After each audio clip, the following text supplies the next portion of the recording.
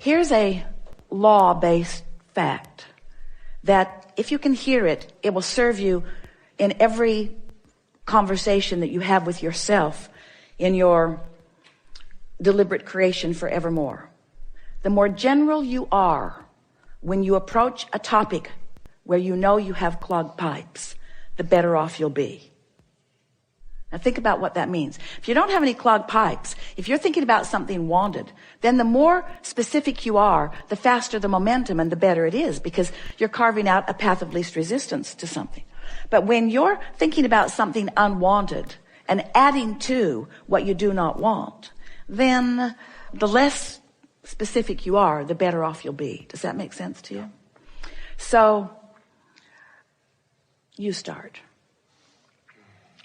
What's the goal here?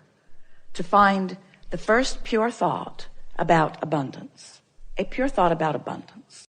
So just reach for a pure thought about abundance, which means try not to have it have any relationship to you. If you're not feeling abundant, then be good to leave you out of the equation for just a little bit. So let's just talk purely about the idea of abundance. All right. I would like the idea of abundance to make me feel free. Now, you don't feel free with the idea of abundance yet. So you just said something you don't mean. And this is something, now friends, we said we're going to really be fine-tuning here. So hear this statement. When you say something you don't mean, law of attraction, here's what you do mean. Ooh. So you poked at it with a stick and didn't get the results that you wanted. See what we're getting at? So let's, rather than talking about abundance and money, let's talk about abundance. Abundance of clarity, abundance of sunshine, abundance of ocean. Are those easier for you to feel abundance about? Definitely. All right, so with the idea of fewer clogged pipes and just more free-flowing thought, lots of sun abundance, isn't there? I never wake up and wonder, well, wait. Esther couldn't find the ocean for 3 days last week. So that statement was not exactly accurate. Whether I can see the sun or not, I know it's out there. Whether I can see it clearly or not, I know it's there. That statement feels pretty good, doesn't it? I know it's there. I really never worry about the sun not being there. There are aspects of well-being and abundance that I just take for granted. My belief is never challenged about it. I just know that there is abundance around me. Yeah. So I accept that from the unseen, abundance flows to me in this form. And so it is logical to me that from the unseen, that all nature of abundance will flow to me. And that in the same way that I can be in a vibrational place of just allowing that to happen, I can be in a vibrational place of allowing more abundance on more subjects to happen. Feel how free-flowing that is? In other words, no resistance. Those statements were easy to make and felt good as you make them.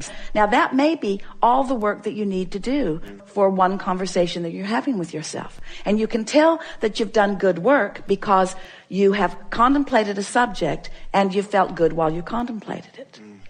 So we're going to make a statement to you, really to all of you.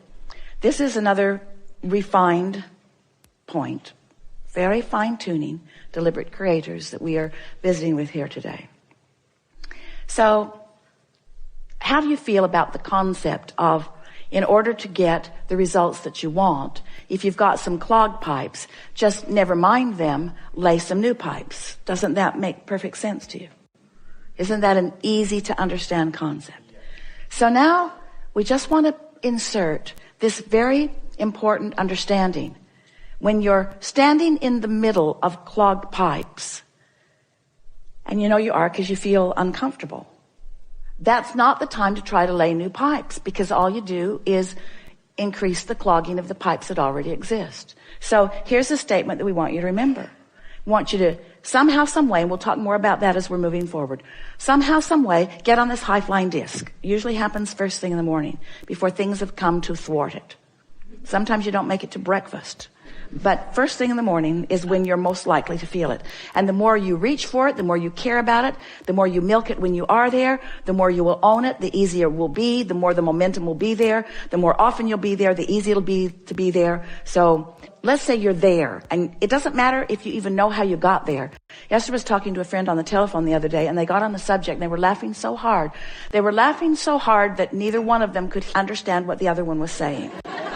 What? I can't understand you. What? I can't understand you. And so Esther has decided that she never needs to meditate again. She'll just remember that conversation, and she goes right to that high-flying disc. In other words, when you get hold of something that feels like that, just milk it and milk it and milk it and milk it and milk it and use it for your reason for feeling the way that you're feeling.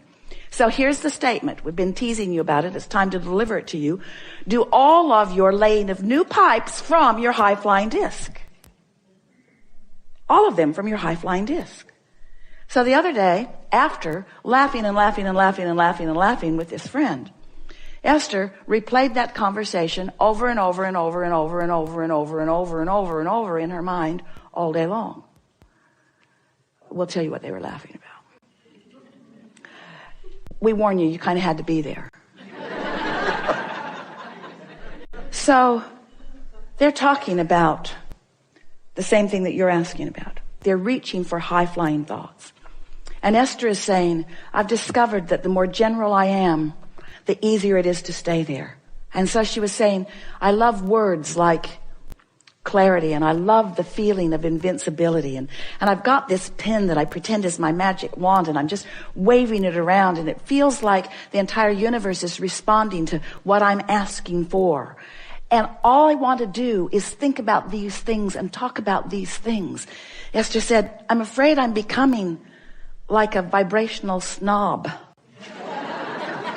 Because I'm not willing to go to other less good feeling places. And her friend said, yeah, it's like others can't quite understand us.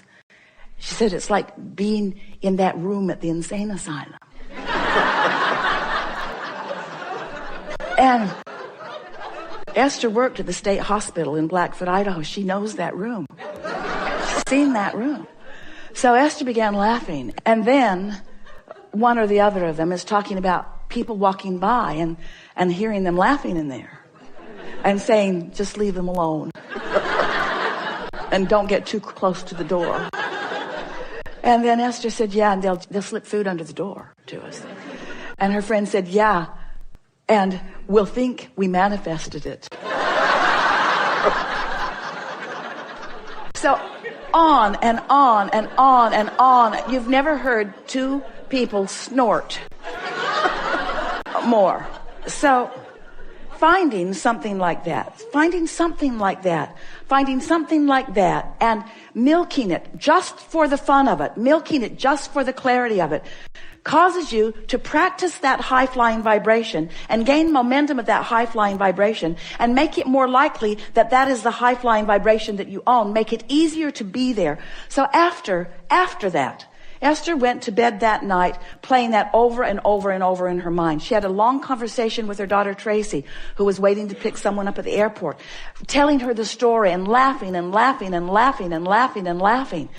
What fun it is to have conversations with those who, like you, don't mind being locked in that crazy room where you are not facing reality, where your undivided attention is upon whatever subject it is that makes you feel like that. So Esther went to sleep in that vibration. And when she awakened in the morning, such an interesting thing happened. Because her first thought, now she's been listening to us for a long time, talking about how when you pre-pave, when you go to bed thinking about good things, and you'll wake up thinking about good things. And Esther woke up, and the first thought that was in her mind was maybe the most troubling thought that she's experienced in the last several years. That was the thought that was in her mind. But she was so consciously aware of all of these concepts that we've been talking about that she said to herself right out loud, I've got 16 seconds to shake this thought. 16 seconds to return to my high-flying disc. 16 seconds to lay my new pipes about this subject. And then energy just flooded all through her as she realized that This was her high-flying disc. This was her chance to take a subject that had been troubling and approach it from her high-flying disc. And she left it in a place never to return to again. You see what we're getting at? This is the way that you find clarity. This is the way you find abundance. You wait until you're in that feeling of high-flying abundance, and then you can approach the subject that's a little more troubling if you want to, understanding that it's risky, but it's only 16 seconds of risky, right? You've got 16 seconds. You've got 16 seconds to let it go or to bring it into alignment. Our favorite story that fits right here. We've got to tell it to you now because it means everything. Sometimes it's like you say to us, Abraham, I've jumped out of an airplane and I have no parachute. What do you suggest that I now do? And we say, hang on, it'll be over in a little while. Because there is a momentum that is happening that there's not any action that you're going to be able to offer that's going to make any difference. You understand that? So what we're saying to you is don't struggle, don't fret, don't effort, just crash and burn. It's all right. Because tomorrow you can get up and get on the high-flying disc. Tomorrow you can get up and get on the high-flying disc. Tomorrow you can get up and get on the high-flying disc. Tomorrow you can get up and get on the high-flying disc. And after a few days of tomorrow getting up and getting on the high-flying disc, one day Esther said to us, Abraham, I refuse to accept that I have to wait until tomorrow to get on the high-flying disc. I have tools that you've given me. I can get back up there anytime that I choose to get back up there. So what are we talking about? We're talking about your conscious awareness of your vibrational output. Yes? We're talking about your conscious awareness that you are vibrational beings. Yes? We're talking about your awareness that you can choose the vibration of your being in this moment, but that it takes a little practice. Yes? And some subjects have enough momentum going that it's going to take getting up tomorrow and getting up tomorrow and getting up tomorrow and getting up tomorrow and getting up tomorrow and getting up tomorrow and getting up tomorrow and getting up tomorrow. This could take a while. Getting up tomorrow and getting up tomorrow and getting up tomorrow. But if you get up on enough tomorrows and you reach for that high-flying disc and find it, then what happens next will be vivid evidence of how you're doing with your high-flying disc. We so want you to understand that in this day, evidence of what disc you're on is going to be all around you. Esther said the other day, the people around me are making me believe that I might be on the ornery disc. She resented them. But she had to accept she had rendezvoused there with them. You pick the disc and you'll rendezvous with others who have picked the disc, you see. And sometimes if you don't realize that you're on it till you're on it, there's enough momentum going that it's hard to get off of it. But that's the work. So here's the rule of thumb that we would follow if we were standing in your physical shoes. The better we feel, the more we would milk it. The worse we feel, the more we would try to ignore it. That's what Jesus meant when he said, turn the other cheek. Choose your vibration and give it your undivided attention if it feels good. And give it as little attention as you can if it doesn't feel good. So Esther was thinking the other day about the words that we used, and she could feel the poignancy with which we were talking about those clogged pipes in her pond and how they were clogged from neglect. And Esther got this visual image of pipes that she's laid to all kinds of things, wanted and unwanted. And she's got open pipes to unwanted things and open pipes to wanted things. And what keeps them open? Attention to them. Attention to them keeps them open.